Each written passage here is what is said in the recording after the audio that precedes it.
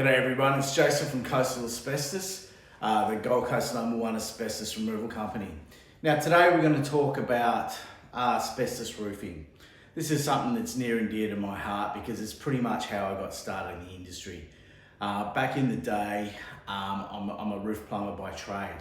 The first time I ever encountered asbestos on a job was doing an asbestos roof removal and replacement with a new metal roof.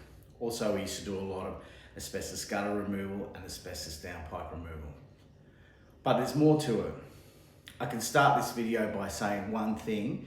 If you get from this video one thing and one thing only, asbestos roof removal, asbestos guttering removal, and asbestos downpipe removal is not in any way capable of being done by a DIY enthusiast.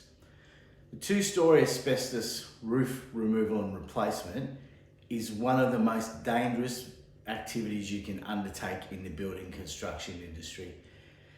The amount of safety knowledge, culture and practices you have to have in place to be able to do it safely and successfully is just way out of the range of a DIY enthusiast.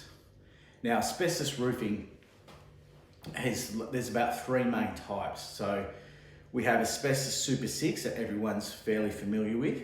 Then there's asbestos, the standard. So the standard looks a hell of a lot like corrugated iron, just normal corrugated iron.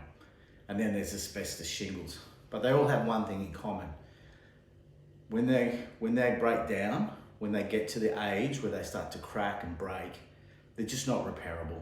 You know, over 25 years of experience with roofing and dealing with asbestos, I can tell you now, I've seen, I've heard it all, I've seen it all, and I'm not convinced that there's any way to successfully repair a leaky asbestos roof.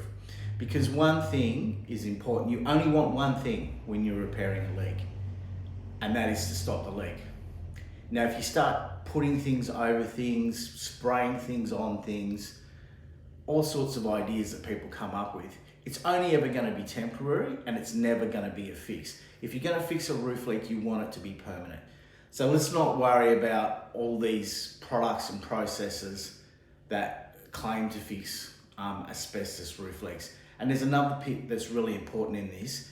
These roofs are 60 plus years old. They are way past their use by date. In southeast Queensland, they've been subjected to hail, sand, wind. If they've been on the ocean front, there's salt as well. You know, these things are way past their date. Nobody should be getting on an asbestos roof unless it's been removed or replaced.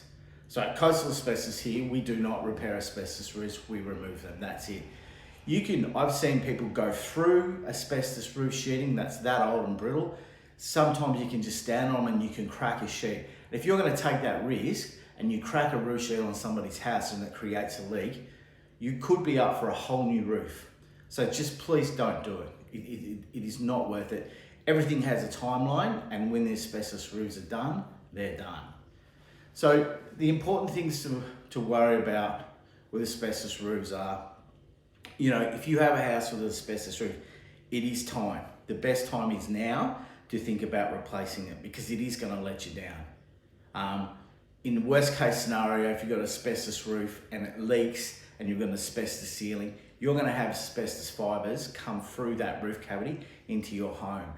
Because the thing about asbestos roofs and roof spaces are they're probably the most dangerous parts of anybody's house, without a doubt. Because houses are made of timber, and most houses are made of timber. Nearly all the houses with asbestos in them are all timber. I'd be surprised, maybe a few industrial places, sheds that don't. And when these houses move in the wind and that, these sheets are rubbing together like that and constantly releasing fibres into the ceiling cavity.